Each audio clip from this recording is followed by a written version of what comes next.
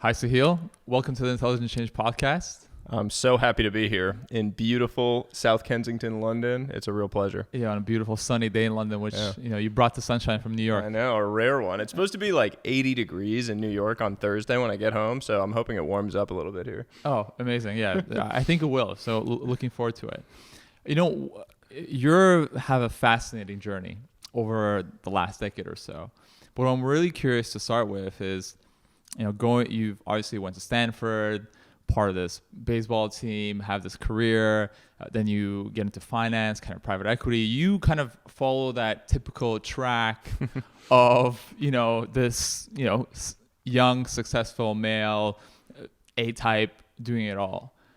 What made you then, in a way, create that change that you have been on in the last few years? Because that's a pretty big pivot, going from finance into being like a full-out creator and doing all of these sorts of other things that we'll get into as well.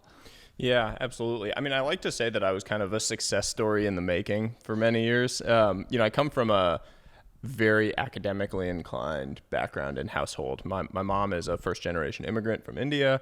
My dad is a professor at Harvard. So like the whole household, everything was about doing well, like being on a track was sort of just assumed. Like my sister was incredibly intelligent. She went off to Yale, was studying physics. It was like everything. She was my big sister. So everything I was supposed to be following in her footsteps in a way, and kind of having a track was important. And it was something that like I took pride in.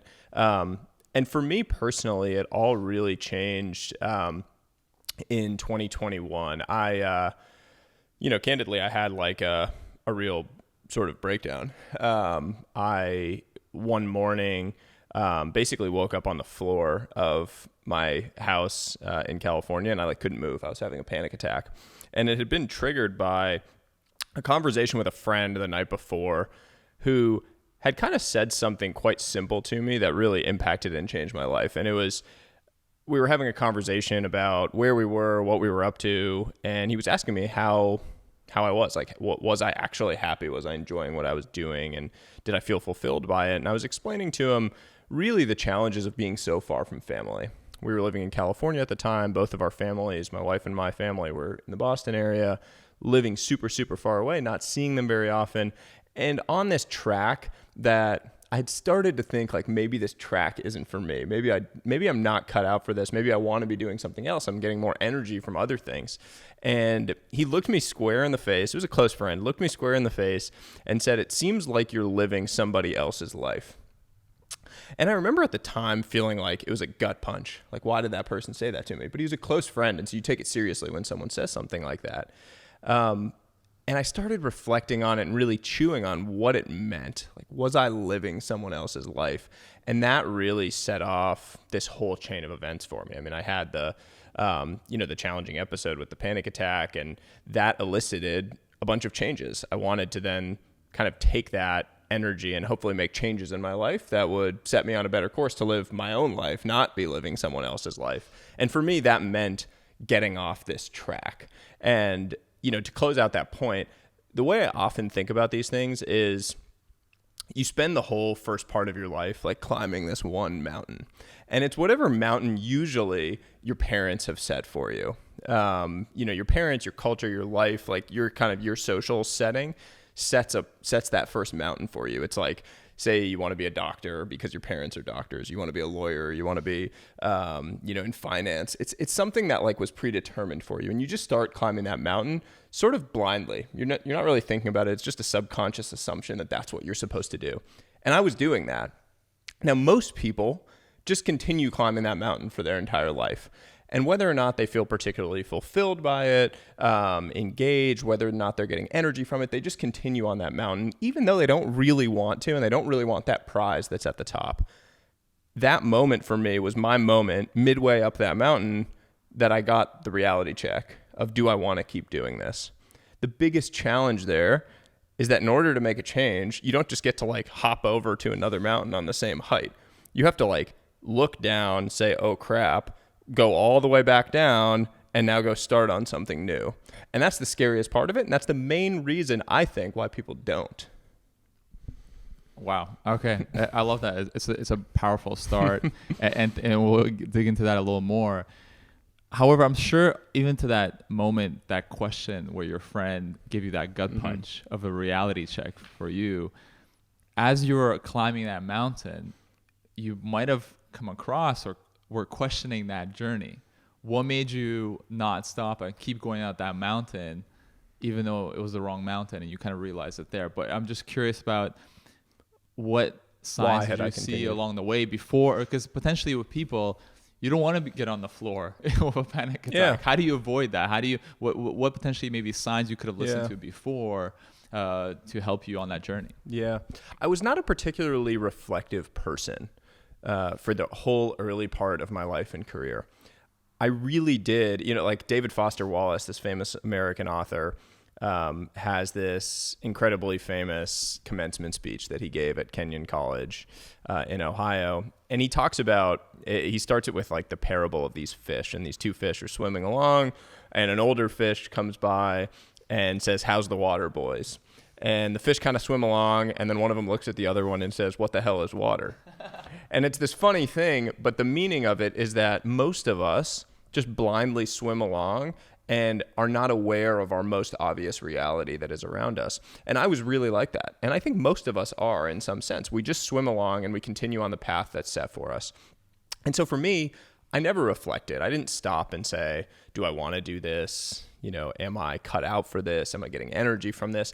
I was getting the like incredible cultural pat on the back that is raises every year, and that is a nice bonus every year, and that is prestige and status of having a nice high-paying job, right? I had a great career by all external measures. Anyone looking at me would have said I was successful, but I didn't feel successful. I didn't know that because I wasn't reflecting on it. I wasn't taking the time to sit down. I didn't journal at the time. I wasn't talking to someone. I didn't have many male friends that I felt like I could open up to. This is like an incredible, huge issue for most people. I think there's some stat like 50% of men say that they don't have a single male friend that they can open up to about their mental health. And I definitely didn't. And it wasn't because I don't have good friends. It was because I wasn't willing yet. I hadn't opened up to myself. And that was the biggest challenge. I think if I had reflected along the way, if I had had the check-ins that I have today with myself, I would have noticed and I would have had that call to action earlier. That being said, I'm a big believer that you shouldn't go and rewrite your past, because everything that you did brought you to where you are today.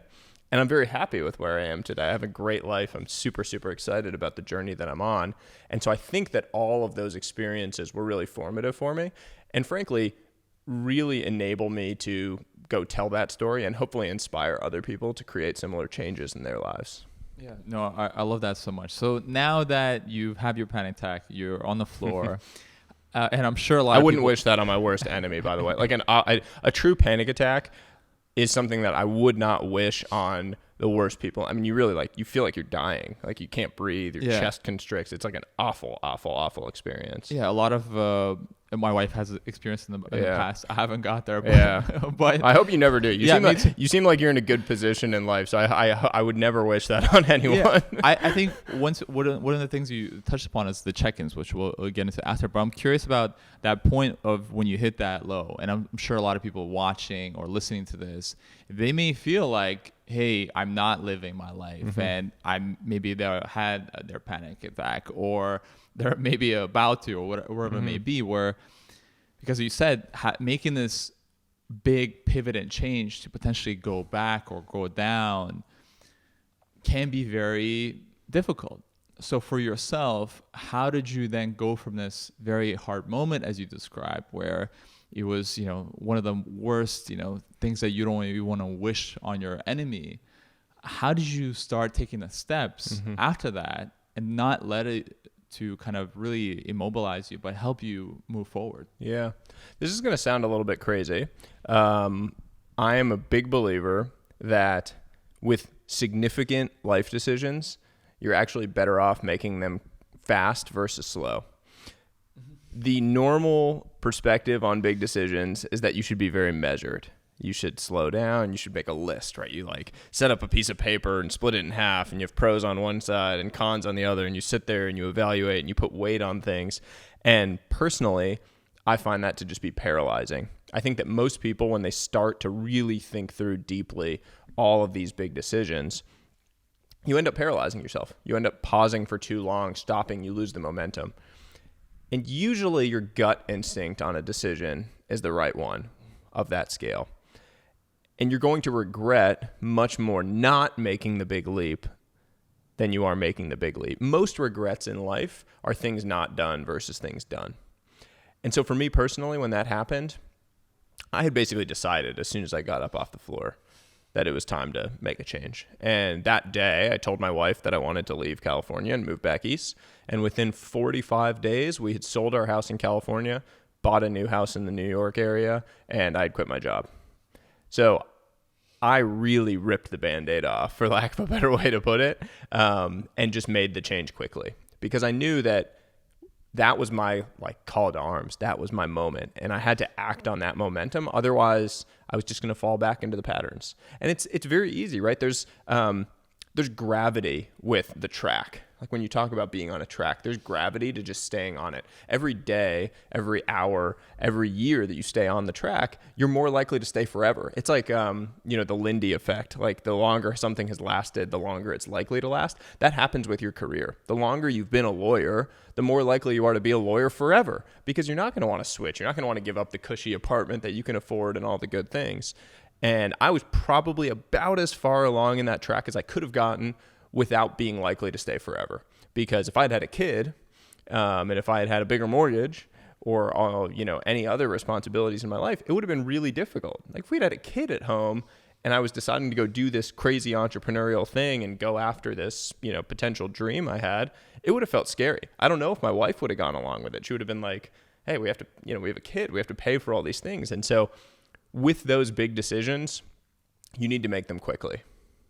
Yeah. So then following that, in regards to what other things have you then instilled and created in your life to have those check-in with yourselves and to also help you really create this whole new life and climb this whole new mountain that you've been climbing pretty fast? Yeah.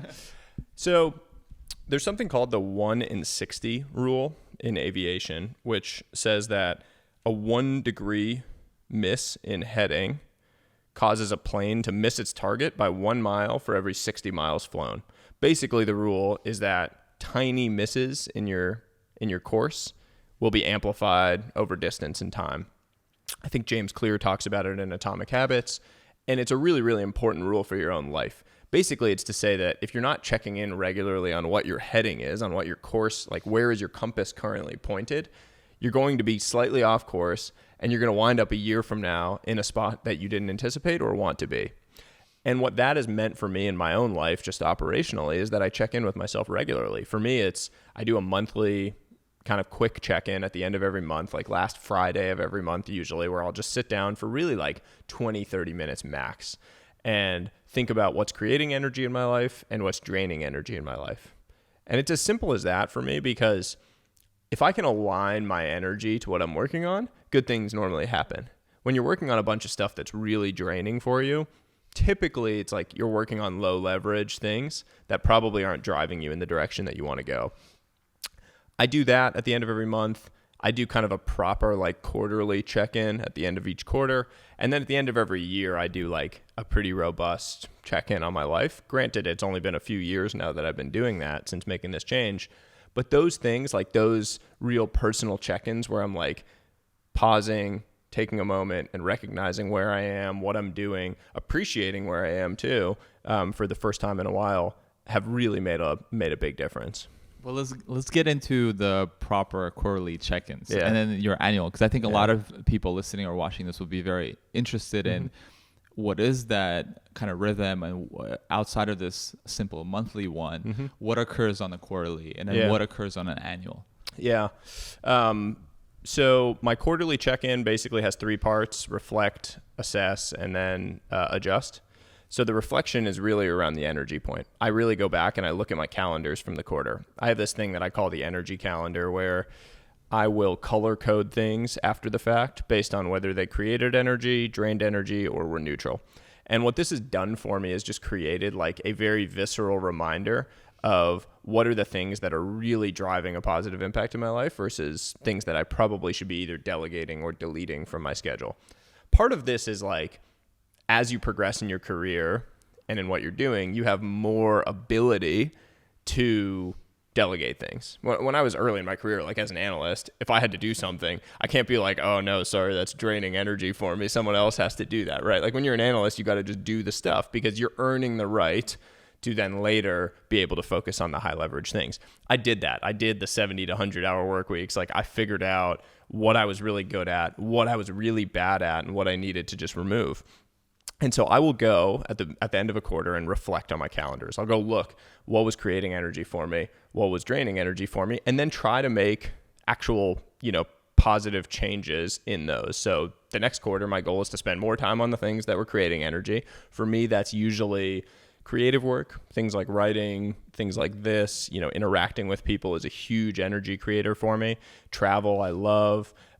Things that are draining energy for me are like Zoom meetings, phone calls, get to know you phone calls are like the death of me. I mean, I would rather meet with people, like I would rather have 10 back-to-back 30-minute meetings in person than like one Zoom call. Seriously, like I just cannot. I mean, I've basically found that like a 2:30 Zoom call on a day when you have nothing else in the entire day, I would rather like staple gun my stomach. Like it ruins your entire day. You can't get anything done. It's ridiculous. So I stopped doing calls. Like I confined all my phone calls and Zooms to a single day during the week, Thursday. And anyone that reaches out to me that it's like more of a get to know you thing, there's not real action items from it, I'll say, let's get together in New York. Would love to see you in person, but I'm not doing any phone calls now. And that has made such a positive impact in my life. The other big energy drainer for me, which I'm sure is for a lot of people, email. So for me personally, I've managed to now like confine email to a specific short block during the day. There's this thing called Parkinson's law, which you've probably heard of, which is basically that work expands to fill the time allotted for its completion. For me, with email, coming from a services business, which, private equity is really, you're servicing someone, email bled through my entire day. I was basically a high-paid emailer. I mean, it's like you joke about like people in finance, they think they have these like high-powered, amazing jobs. Reality is you're just like emailing a lot, and you're like really good at emailing, and that's kind of like you're like, oh, okay, I actually don't know the answer to this. Let me route it to the lawyers. I don't know the answer to this. Let me route it to the insurance people. Whatever. You're basically doing that. You're like a switchboard operator with emails. No offense to anyone in finance, but it's true. I think it's many of us. It's not just finance. Yeah. I think a lot of kind of corporate or even small business jobs, it's all email like that. So what's the solution? Have you figured out? Yeah. So Parkinson's law is the solution, honestly. And I think it would have helped me if I was back in finance. I'd be much better at my job because of taking this into account. So basically what I realized was if you're checking email the entire day, you are responding to email the entire day, patterning people to expect responses from you immediately, i.e. that everything in the world is urgent, which it isn't. And you're just letting things take much longer than they otherwise would because you have the entire day to complete these emails.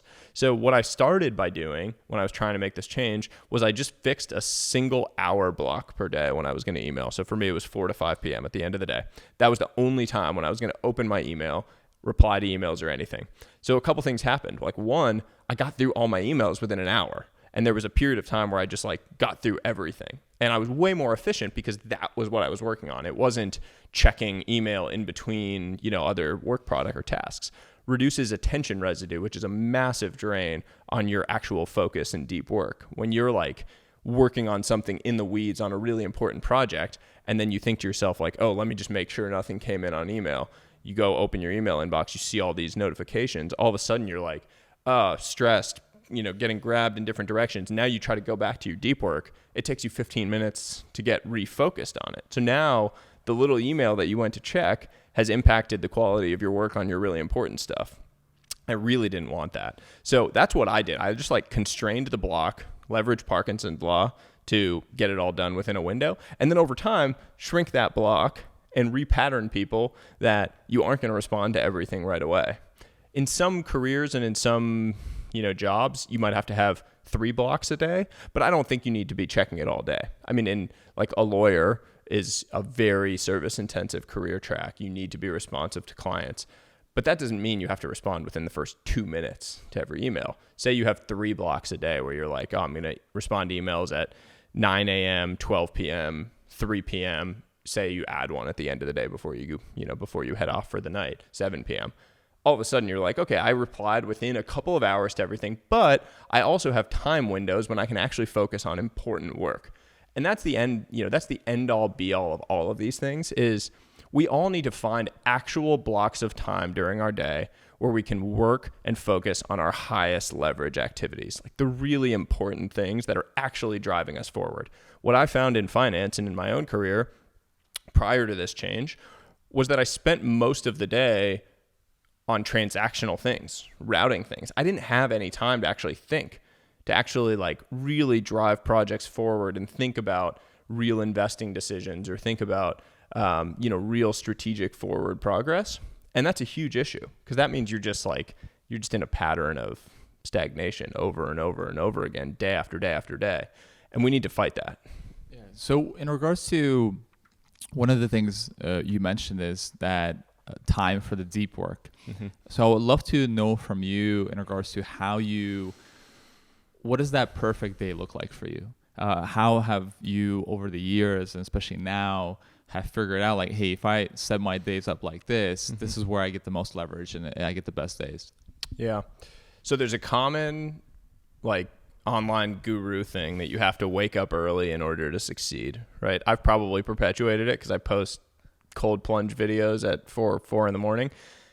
I think the reality is that you need to find your creative windows during the day. Like you need to find the windows of time where your natural circadian rhythm, your natural life rhythm says that you are most productive and creative. For me, that's early in the morning. For someone else, I have plenty of friends who do their best work after midnight. I'm like in deep REM sleep after. I mean, I go to bed at 8:30 without fail. Like I have an 80-year-old grandpa schedule, but that's just me. And so the first thing I think you need to do in order to kind of create your own perfect day is just figure out when you're productive. Like figure out when do you feel most creative, when do you feel most productive. And sometimes those two are different, by the way. I feel most creative early in the morning. I actually might feel most productive like mid-afternoon. And so for me, what that means is that my creative work has to be front-loaded and I have to get it done early in the morning when I feel really creative. That's my writing, that's, my thinking, newsletter, anything that I'm working on there. My productive work is more like business stuff. That's meetings, that's the businesses that I own, et cetera, where I need to like crank through things and get a bunch done. Maybe I'm doing email, whatever it is. That can be later in the day. So my perfect day, to answer your question specifically, I'm up by 4:30 every morning. I always do my cold plunge in the morning. It's like just part of my wake up routine. And I'm at my desk by 5. And so I, from 5 to 7:30, do my like first block of real deep work during the day. And that's typically right now working on my book, although it can also involve newsletter writing or any other creative work that's on the docket. And then after that, my day, candidly, like my day can go to shit if it has to.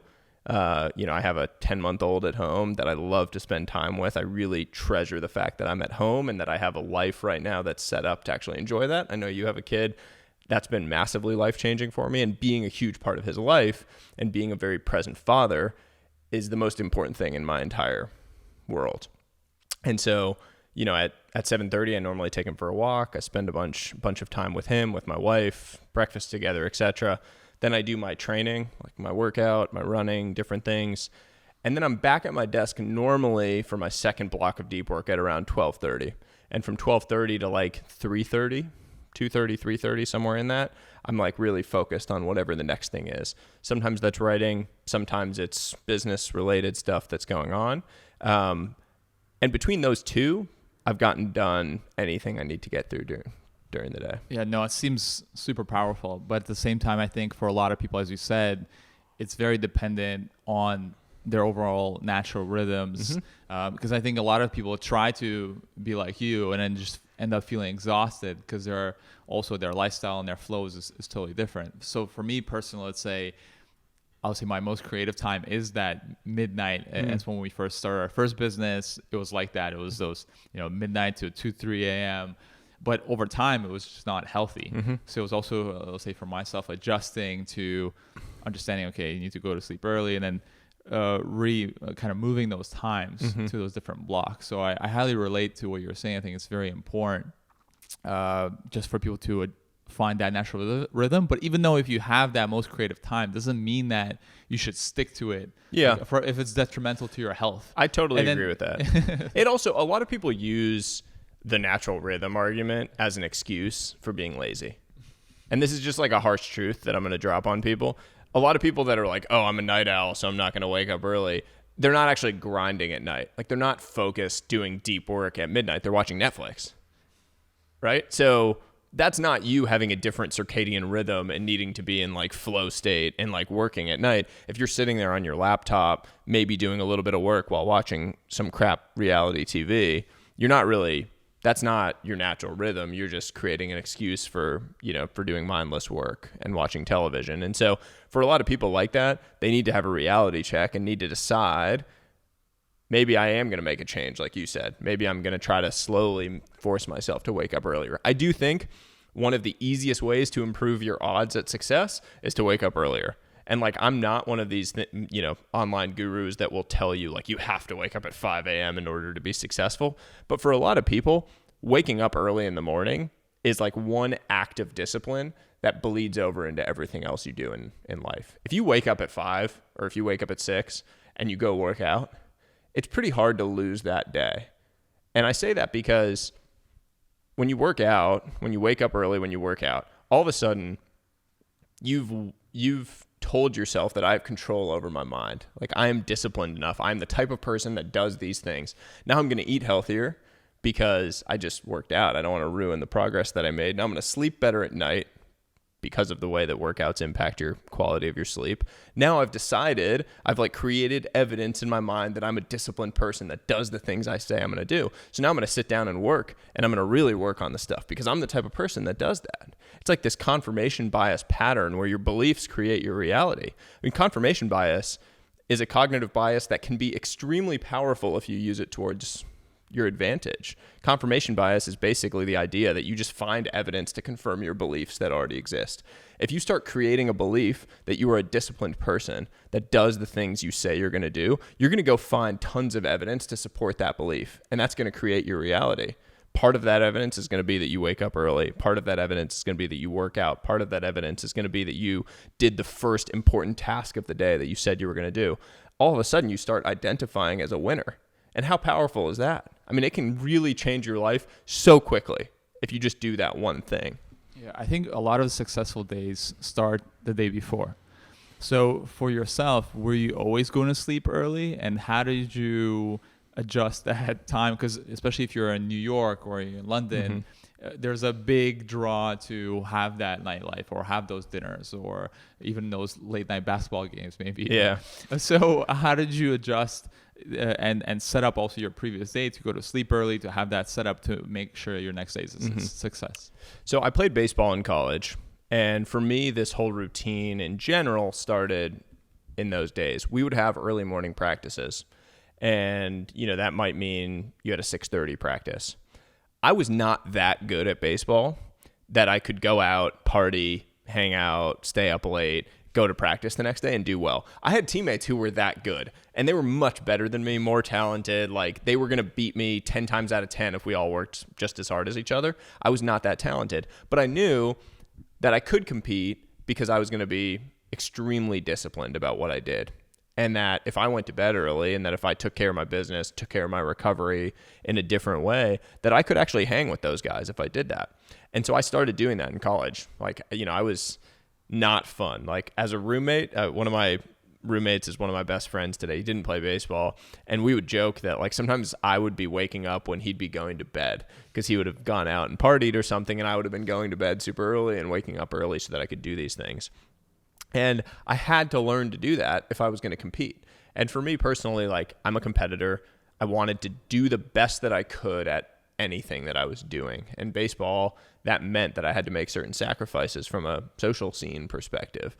I was never much of a partier. Like, I like going out and having a good time now and then, but I was never going to be like the craziest life of the party at any of these things. And so it never felt like that big of a sacrifice. And it allowed me to get much more out of my college experience than I think I otherwise would have from a sports and from an academics perspective. So, I mean, like, it started for me in college. I started kind of setting my course the night before so that I'd be good the next day. And I've just developed that over time. Like I've started to figure out what are the things that I can do the night before that set me up for the next morning to really hit the ground running. My whole thing is you need to reduce the friction of starting the next morning as much as possible. And that usually means setting up whatever that first task is so that you know exactly what you're going to work on. If you have to get to your desk in the morning and then sit there and decide what to work on, what that usually means is that you're going to work on the easiest thing. You're going to work on the thing that you can just like get started on and it's easy. And that's normally not the thing you should be working on. So for me, that means the night before, I need to just like make the plan of, okay, here's the writing that I'm going to work on. Here's the section. I'm going to pull it up so that it's sitting right there as soon as I get to my desk. Or I'm going to like write the first sentence so that I can kind of just hit the ground running with it as soon as I get to my desk. That is a really powerful thing. You just need to like make that first action easier. Again, I think James Clear talks about this in Atomic Habits.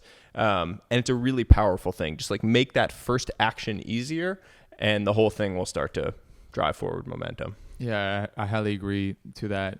However, for a lot of people, I think as from your even previous career and that mountain that you climbed is that you obviously had these great habits potentially instilled with you from your family, from, you know, the discipline that you had there.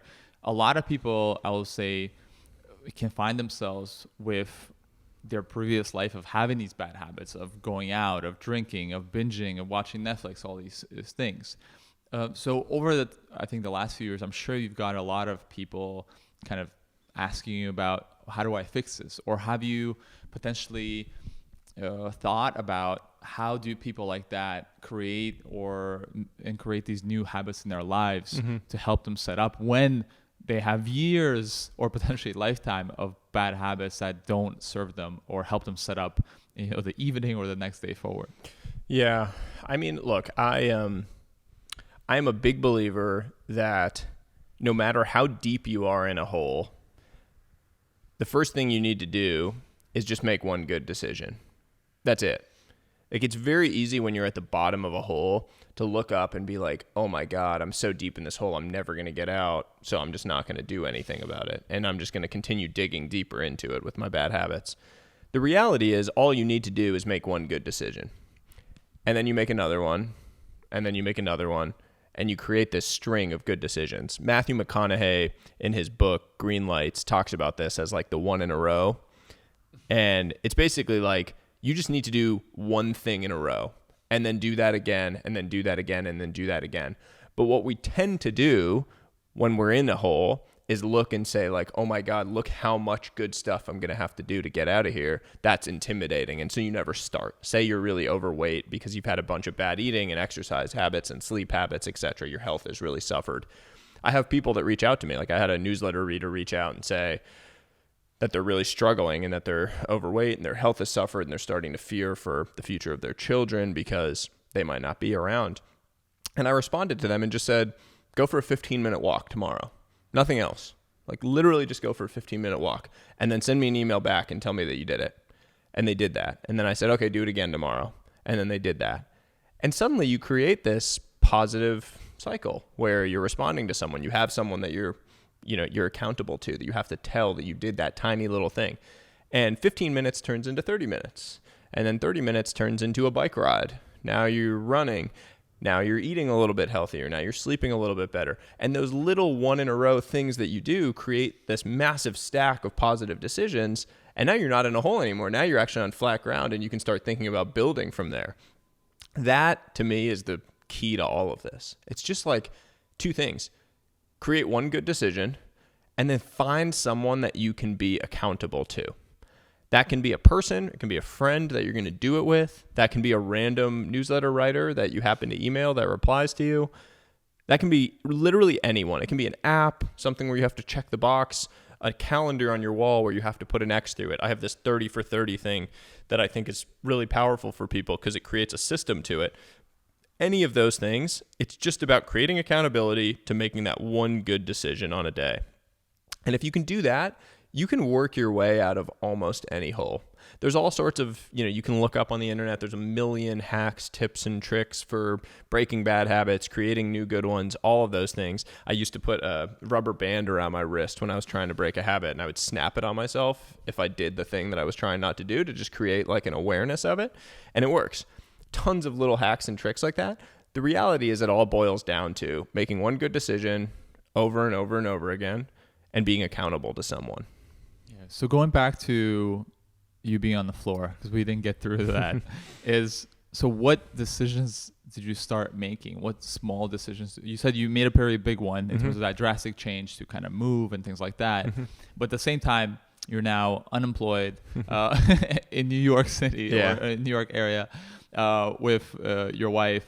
What were the changes that you made after this big drastic step to get you moving and also create that vision? What did you then create that new vision of what your life is going to be like? Hey, I'm going to be the new age Tim Ferriss now. That's my time. Like my time. I'm coming for you, Tim. Exactly. Just kidding. No, I'm sure I love Tim. I'm sure Tim will be happy. He's like, somebody Tim's take great. my place. Tim's great. But I'm curious about what are those next steps that you did and that vision that you set to then create the amazing things that you have in the last few years. So it would be disingenuous for me to say that I was unemployed at the time when I made that change. For anyone that is thinking about making a change, I'm a huge believer in hedging the risk by starting to do that on the weekends prior to actually making the jump. I had for about a year at that time been creating quote unquote online. I'd started writing on Twitter in May of 2020. This was May 2021 when I had my big issue. And by that time, I was actually making more money from my like little weekend side project than I was at my supposedly lucrative private equity finance job. I had, built Twitter pretty large at that point. It was probably like 125-ish thousand followers. My newsletter had started monetizing in a pretty significant way. I had built an agency business that was cash flowing about $100,000 a month. So I had built something very real in like a tiny little subsegment of time on the weekends. And really what happened with that conversation, by the way, when I got off the floor and I went and talked to my wife, was I told her, like, I'm lost. I don't know what to do. I need to leave this job and we need to move back to the East Coast. I think I'm just going to go join another fund. Like I'll go recruit and I'll go join another investment fund on the East Coast and let's move and we'll be back closer. And she looked at me and she was like, why don't you just do this thing? Like you're doing this thing on the weekends and you're doing really well with it. Like I know you're making good money on it and you're doing well. Why don't you just do that? And I hadn't come from an entrepreneurial background. My dad's a professor. Like, I was always expected to be on a kind of safe track. Like my mom still to this day asks me if I want to go to medical school, right? It's like the Indian doctor thing. Like you should be a doctor or a lawyer or whatever. And so the idea of going all in on this thing, it almost just hadn't registered in my mind. And the fact that my wife had faith in me and that she said it that way really sparked it of like, oh yeah, I'm doing this thing and I'm making a bunch of money on it. What if I just did that all the time instead of just on the weekends? What could it become? And, I texted her last night, actually. This is funny. I was sitting in a hotel in London. I'd just flown here and I'm not like a braggadocious person by any means, but I texted her and I said, I find it pretty cool that like 2 years after setting off on this journey together, I can like on my business, fly myself to London, be in a nice hotel, come for like a day or two and just be here. Like we've really gone and built something very, very quickly that is impacting people and that is very real. And so there's something about that. Like it's fun to be able to pause and just reflect and appreciate where you are in the moment on stuff because it's been a really, really fascinating journey. Yeah, so it seems that as you're still climbing the other mountain, you're already looking at the other mountain and be like, okay, I need to get there. Yeah, you almost like send a clone over to the other mountain and start like inching up it. So you're already looking on potential that new next vision of yourself. So then take us to when it first started in regards to, I think for most people, let's say I always say that the most talented, most entrepreneurial people are stuck in these McKinsey's, Goldman's, like the smartest. You got to get them out. Yeah, we have to get them out. Like I'm like, and they oftentimes can also be an incredible, number twos in these small businesses, and they can like just create so much value and then participate as well because they're just machines. But I'm curious about for you that starting journey from scratch, because the scariest, I think, for all people is that making that first dollar. And I think so many people are, reading, listening to these podcasts, but they're never actually acting to like make that first $100. And I always tell anybody, my little nephew, he's always like, he also like is this creator. I'm like, dude, just make your first $100 and learn how to do that first. Yeah. So I'm curious for you in regards to how did you start planning for that next mountain to a certain degree, or maybe even it just started out as a hobby, but it was still zero. You had, I think many people forget that you had zero followers when you started, like all of us. So how did that journey begin for you? So I didn't ever view it as a journey. And this is like a funny nuance or hack to the whole thing, I suppose, that I didn't set out like the whole environment now, when you go on Twitter, you have all these newsletters or LinkedIn or wherever, is people explaining how you can go on the creator journey. Like, here's how to make $100,000 on the internet, or here's how so-and-so did it. Or like people write threads and posts about me now. Like, here's how Sahil Bloom did it. And I always think it's hilarious when I go read those because they make it seem like I had some grand strategy to how I did what I did. Like, I sat and I mapped out this whole vision board of like, here's my life and here's where I am and here's how I'm going to do it. And that's so far from the truth because I just didn't know that this was a thing. Like, the creator economy was pretty nascent when I started. I didn't know that. I mean, I certainly didn't ever envision that I could go become someone like a Tim Ferriss or Jay Shetty or like go impact lives on that scale. I just was like bored at home because I was stuck at home because of COVID. I couldn't go out. I wasn't traveling as much for work. Actually, I wasn't traveling at all. I couldn't have a social life because California was very much locked down. And I loved writing. And so I decided, like, what can I write about that is going to create value for people? And I started doing that. And when you create value for people, you receive value in return in some way, shape, or form. For me, that came in the form of attention. It wasn't in terms of money. They weren't paying me for anything. To this day, I still have yet to charge for anything. I don't charge my readers on my newsletter. I don't charge my, Twitter readers. I don't have a community. Like, I literally haven't charged for anything. My whole bet was that if I consistently create value for people day in, day out, week in, week out, that I would receive value in return. And that for me came in the form of their eyeballs and of their brain cells. They were sitting, they were listening, they were reading things I was doing, they were connecting with me. And I just started doing that. And what I found was that there are really interesting things that you can do from a business standpoint when you have the attention of a lot of people. And that doesn't necessarily have to be that you charge them for a course or that you get them to buy some digital product for you. It can be, and a lot of creators have done really well with that, but there are other ways. You can start services businesses, which has been a big area for me. I have 6 now that are under my holding company. I'm helping others launch them now via a studio model. There's a lot of things that you can do if you create value that way. So point being, I didn't have some grand strategy. My whole thing was I'm doing this just for fun, and I was really enjoying it. And I still, to this day, I don't have like a niche. Everyone says you should have a niche and you should write about, stay in your lane, do that. I write about literally anything that I find interesting.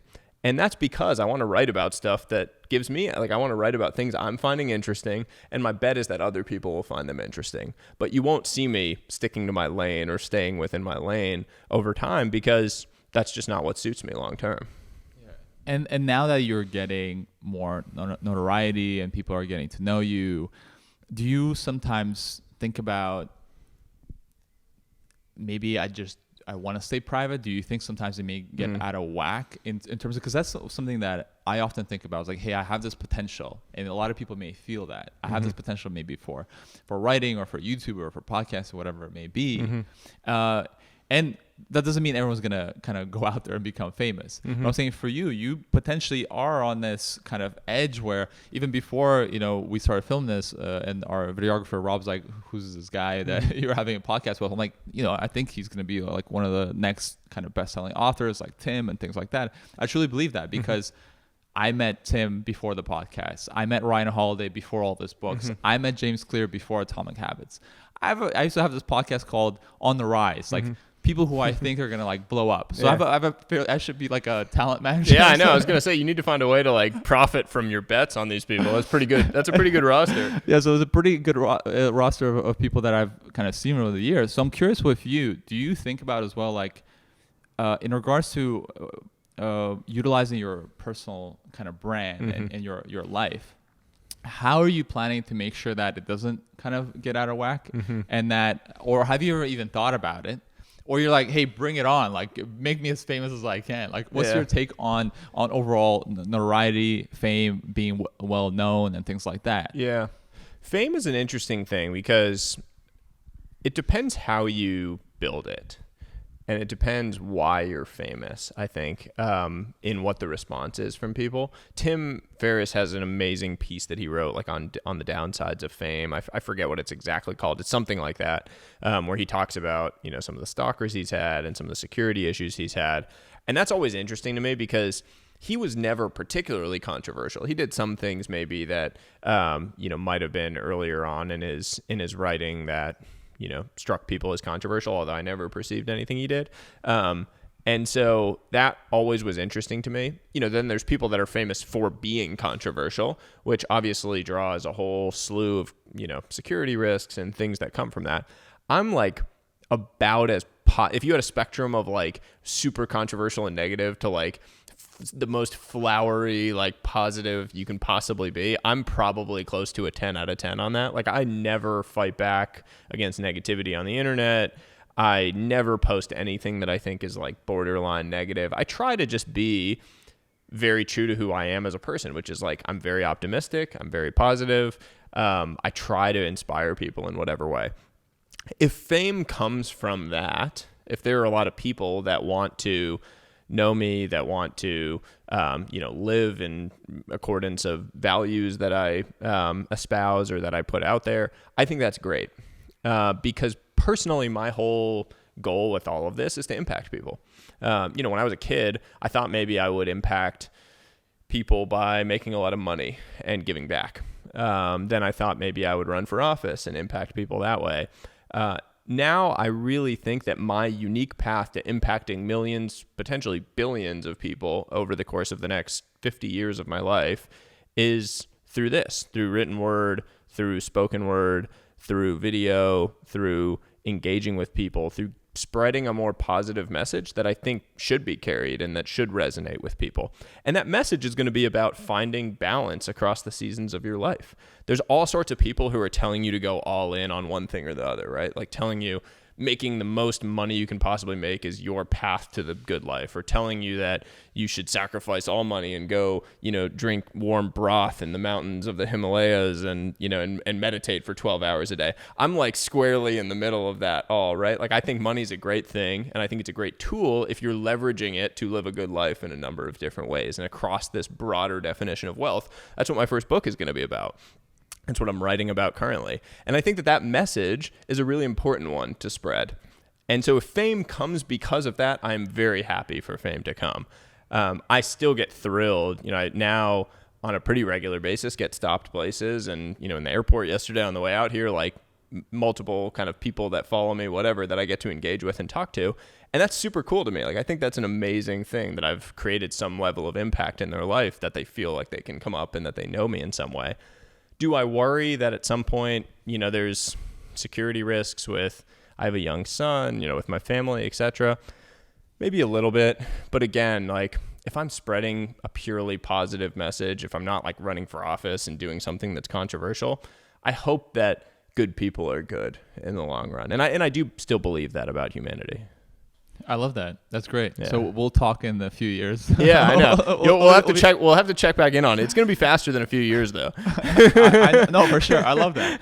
Well, let's talk about money and wealth. As you said, you're writing a book on this at the moment, which I'm super excited about, and I'm sure you're really excited about as well, of actually putting together all these concepts into one kind of piece of work.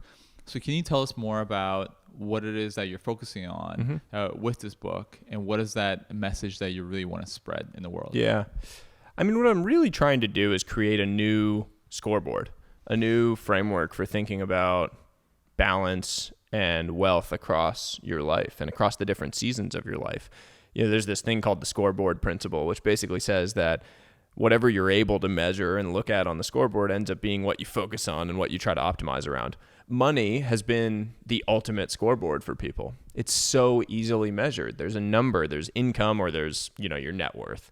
And it's so easy to look at that it becomes all people focus on. There are people who like Mint is that thing, that like financial tracking app or Personal Capital or whatever it is, that literally refresh that daily just to try to see the scoreboard, the number go up. It's like really, really addicting.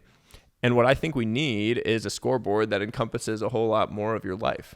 Because what happens is when you make trade-offs that negatively impact your financial situation, you feel like a loser. You feel like you're losing. Like my wife and I were going through the conversation about what she wanted to do after our son was born, whether she wanted to go back to work, whether she wanted to take a couple of years off. And she was narrowly focused on her salary. And, oh my God, I'm going to give up this salary. And, is it going to impact my career trajectory? And what if I never make this much money again?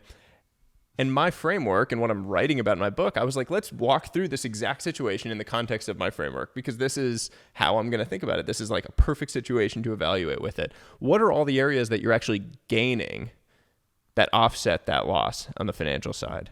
The relationship with our son, the relationship with me, the lower levels of stress because you're able to balance different things in your life, physical health because you're able to spend time walking, working out, doing all these other things, social, cultural wealth with your family, with all the people that are around you, with our community and our neighborhood, spiritually, you're able to practice mindfulness on a daily basis because you have the time. So while you might be making a trade-off of some of this financial wealth, look at all of the other areas of the wealth that you're gaining.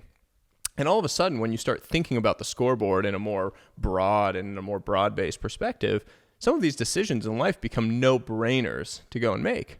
Previously, they would have felt like a big loss, like you're a loser, like your number is going down. But now when you think about it with a more holistic perspective, it's very, very different. And I think that providing people with that framework, with that new scoreboard, is going to be a really, really impactful thing. It's super simple, and subconsciously you actually already know it.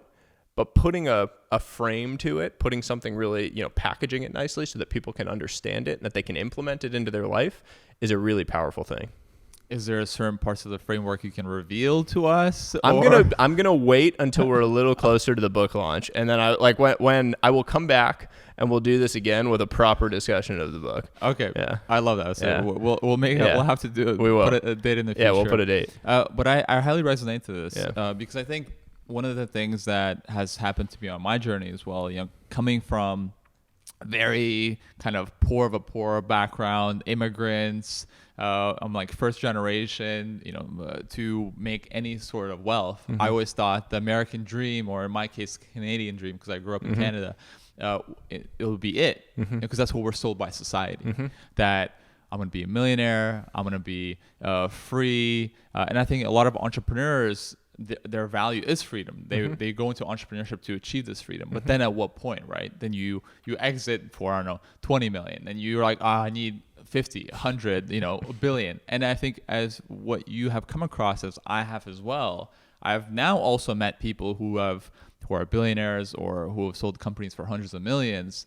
And I'm like, crap, like they're actually no better off in regards to how they actually feel.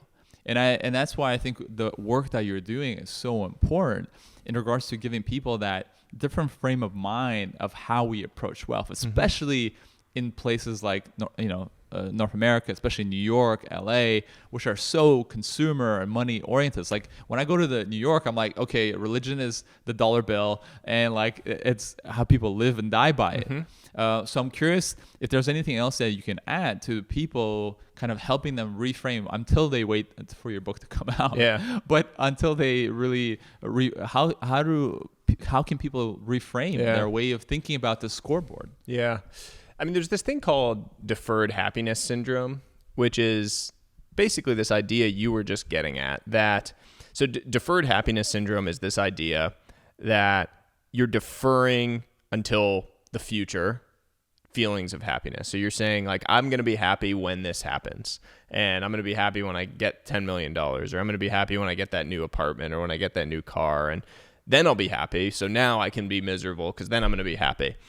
And the reality is that future then just keeps changing. It's like a mirage, right? You're wandering through the desert, slogging through the desert to get to that watering hole, and then you get there and it disappears, and then all of a sudden it's on the horizon again. Most of us live life with that deferred happiness mindset. We're going to be happy when we can retire, when we can go and enjoy. And the reality is that there's no time like now to actually be happy. Because happiness in the future, it's like a discounting principle, right? Happiness in the future is worth less than happiness today. I would much rather be happy and enjoy my life today. You know, my son is going to be in this phase of his life for maybe 10 years where he wants nothing more than to play with me and my wife and just like crawl all over us and hang out with us and smile at us. And that's going to last for only a few years. And so if I'm deferring all my happiness, if I'm like grinding away and I never see him during this period of life because I'm going to be happy later, I'm going to wake up in 10 years and be like, okay, I'm ready to hang out. This is great. And he's going to be off with friends. Like he's going to be going and doing something else. And I'm going to have missed that one chance in my life where I could have enjoyed it. Or maybe I want to go, do a long walk through a mountain range. And I'm like, okay, I'm going to do that when I retire. Well, what if I retire and I'm not in physical well enough condition to go and do that? And now I've missed out on my chance of doing that one thing. So the whole point is that we need to find ways to experience those joys in the present. We need to find ways to appreciate our present state, appreciate our moment, and stop deferring all of our happiness to some future date. It's fine to delay some gratification, to work towards future things. That's great. I think there's a lot of good that can come from that. But when you do that with everything, you miss out on life along the way. So finding ways to fight back against that, finding ways to really pause and appreciate the moment, and to find those like ordinary moments that can feel extraordinary is a really powerful thing. There's this beautiful, beautiful poem that I read recently that said, you have to make the ordinary extraordinary, and then the extraordinary will take care of itself. And it's such an incredible idea of like, there are all these ordinary moments in your day-to-day life that if you really make them fly, like if you just appreciate and pause and look around and just appreciate where you are in the moment, there's so much good that comes from that in your day-to-day happiness. Yeah, I agree with that. Yeah. One of the first questions we had in the original 5-Minute Journal to reflect on the day was 3 amazing things that happened today.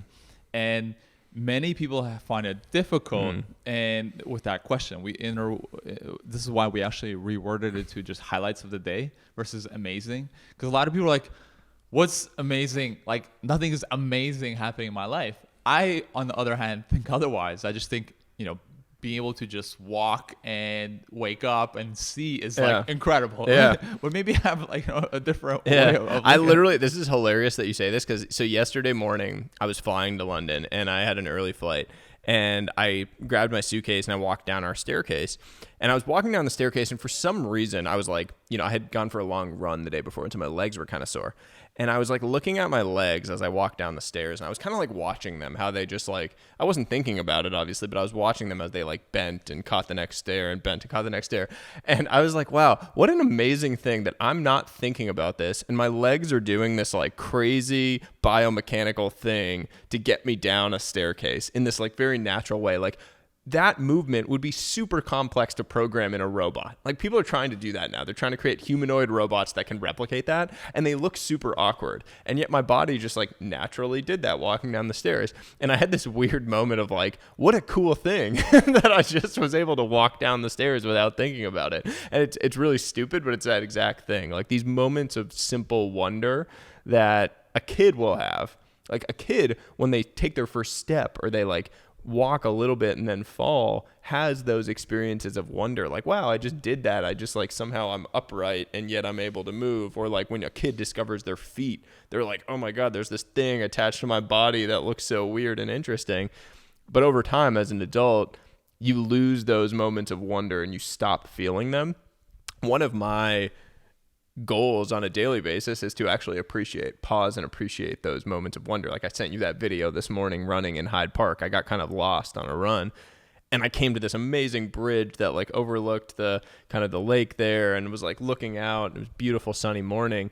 And to be able to pause and enjoy those things, what an impact that has on your day-to-day experience. Yeah, no, and this is why, as you said, making the ordinary and the extraordinary, and the ordinary are the extraordinary. I actually had an accident that really shaped my life where I had this basketball accident. I fell on my elbow and broke my humerus, and my left arm had a pinched nerve. The doctors didn't see it, and I couldn't move my arm. And they took off the cast, and my arm was like this, and it had no movement, no fingers, nothing. And it took me a year to recover movement into my fingers. And at the same time, also I was being told by doctors potentially, hey, you might be disabled. You might not have recovery in your nerves. Jeez. And what I'm trying to communicate is that oftentimes, that kind of famous proverb is like, a healthy man has 1,000 wishes, one who's unhealthy has one. And that's just to be healthy. And I think reminding ourselves just of this wonder and the extraordinary things of just existence in your body and even the little finger, because we all know even if you snub your little finger, what it can potentially do to your kind of whole body. Is there anything that, it seems like you do this on a regular, is there a system that you keep to help you remind you? Because I think this is the whole reason why I've created tools like the 5-minute journal, just to help people create those reminders in their life. Is there a practice that you keep? It can be even waking up and saying something else out loud, or journaling, or by yourself. I'm just curious of what your really framework is. So there's a couple things I try to do on a daily basis to, like that poem that I mentioned, right? It's like make the ordinary fly, and then the extraordinary takes care of itself. And so making the ordinary fly to me is about appreciating it. It's about pausing and recognizing it in your own mind. I try to actually vocalize that or write it down, because I find that if you're just trying to notice it, especially if you're trying to create the habit early on of doing it, actually saying it out loud is really impactful. So for me, every morning during my cold plunge, I actually say out loud things that I'm grateful for. And it's like tiny little things. Part of that for me is like, while I'm experiencing this painful experience of being in freezing cold water, it's for me a reminder of how lucky I am that I get to do that. That I'm living in a life where I get to do that, where I get to experience that pain, because there are so many people that would love to be experiencing that aren't able to for whatever reason. And so I will actually say things out loud. And, oftentimes it's things about like the health of my family or my son, or sometimes it's like, man, I'm getting to like look up and there's birds flying, or I can hear birds chirping, or there's sun, or there's, my backyard, or whatever it is, the little thing. And then at the end of the day, I always write down one thing that I felt during the day that was like a tiny thing that I was grateful for. And normally that I try to have picked up on something during the course of the day that I recognize. So it's not just saying I'm grateful for my wife or I'm grateful for my son, which to me are like, obviously I'm grateful for those things. They're the most important things in my world. But those are like the tiny things that I just noticed during the day, like, seeing a really pretty bird or whatever it was that I try to recognize. I also really try to have friends in my life that are cognizant of these same things that I am. I have this relatively new friend who I got introduced to that turns out to be my neighbor, who's into all the same things as me. Like, he has a cold plunge in his backyard. He has a sauna. He's a big fitness buff. He likes to run. And so we go on runs together a lot. And last Friday, we went on a 15-mile run, which is the longest I've ever ran personally. I started running maybe like 6 weeks ago. And we were in the middle of the run, and he looked at me, and he was like, man, how cool is it that we can just do this? And I was like, what do you mean? And he was like, we can just say, let's go on a 15-mile run, and then go out and do it. Like, we're healthy enough to do it. We have a friend that'll do it with us. We're lucky enough to be in a life situation where on a Friday afternoon we can go out and do this. And I hadn't thought about it, but it was so cool. Like, I was in the midst of something very tiring that I was like feeling drained and feeling sort of pain. And then I had this moment when he said that to me of like, oh yeah, wow. Let me just stop and actually appreciate the present moment of this thing. We spend so much time in our own day-to-day lives thinking about some future or thinking about the past. and very little time actually just appreciating the present moment. And when you can appreciate the present moment and appreciate where you are, there's so much joy that can actually come from that. I love that. Which goes to my next question. What's one thing you're really grateful for in your life right now? Oh, my son. Yeah. I mean, my entire world has changed in the last 10 months since he was born. Maybe 2 days after he was born, we brought him home from the hospital and woke up the next morning and brought him into bed with us. And I was sitting there and like the sun was kind of coming through the windows, and my wife was there in bed and she was kind of just waking up, and my son was kind of happily sleeping there with this little like baby-like smile on his face. And I just had this moment for the first time in my life where I felt like if this is all I have, this will be enough. And we spend so much time. You're an ambitious person. I'm an ambitious person. I'm sure a lot of the listeners feel like they're very ambitious people. We spend so much time thinking about whatever more comes next. Like, oh, I want more money, or I want more things, or I want, more of this, and this. And so little time appreciating whatever our version of enough looks like. And so for me, my whole mantra has been never let the chase for more distract you from the beauty of enough. And finding those moments of enough and pausing and really appreciating them is so, so powerful. That's beautifully said. Thank you so much, Sahil, for being here. Yeah. To end it, where can people find you? Fortunately, with a name like Sahil Bloom, you can basically find me at Sahil Bloom on every social platform. It's a weird enough name that no one has taken those. So on Twitter, Instagram, my newsletter is called The Curiosity Chronicle, but it's at my website, which is sahilbloom.com. And we'll look forward to seeing everyone there. My DMs are always open, so I like hearing from people. And you can find my email online as well. Perfect. Thank you for being here. Yeah. And thank you for listening and watching.